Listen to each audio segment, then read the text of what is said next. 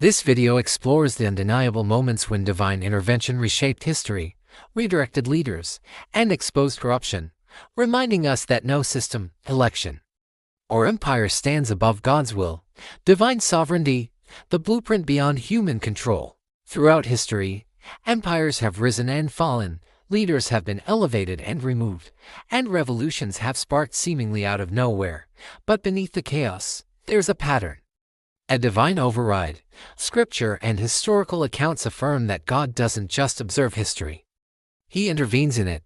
Funny how empires think they're eternal, until God rewrites their expiration date. In Isaiah 46:9-10, God declares, "I am God, and there is no other," declaring then from the beginning, and from ancient times what is still to come. This isn't poetic metaphor, it's a blueprint. God's sovereignty means He orchestrates outcomes beyond human prediction, often using flawed vessels to fulfill righteous outcomes. What if the greatest political reset wasn't decided in ballots, but in heaven's blueprint? History books call it coincidence.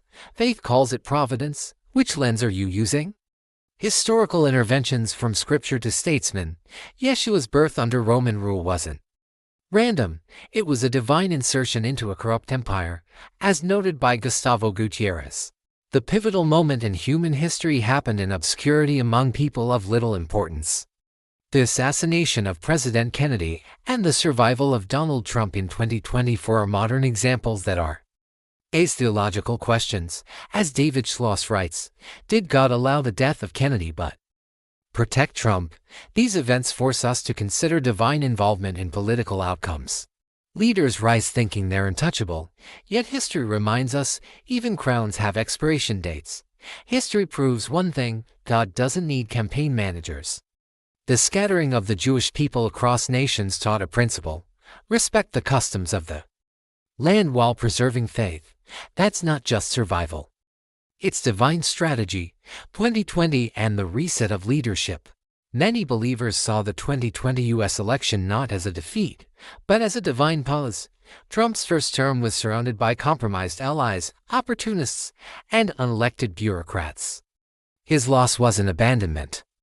It was intervention, a reset, a warning. Sometimes God's correction looks less like a victory speech and more like a timeout. If He returns, it must be with discernment. The wrong people cannot be allowed to sabotage the right mission again. God's intervention isn't always comfortable, but it's always corrective. Was it defeat, or was it discipline? Sometimes the hardest lessons come wrapped in ballots, when submission becomes normalized. In cultures where women are forced to wear niqabs or burqas, many now claim it's voluntary. But as Gino DiCaprio has observed firsthand, submission becomes so normalized that they no longer see what's right or wrong. It's not my job to speculate. It's my job to present evidence. God's intervention often begins by exposing what's been accepted as normal. Whether in politics, religion, or culture, truth must override tradition. Tradition says, play along. Truth says, not so fast. Which voice are you listening to? The danger isn't just corruption. It's when corruption gets rebranded as tradition, when oppression gets marketed as choice. You don't need a prophet to see the problem.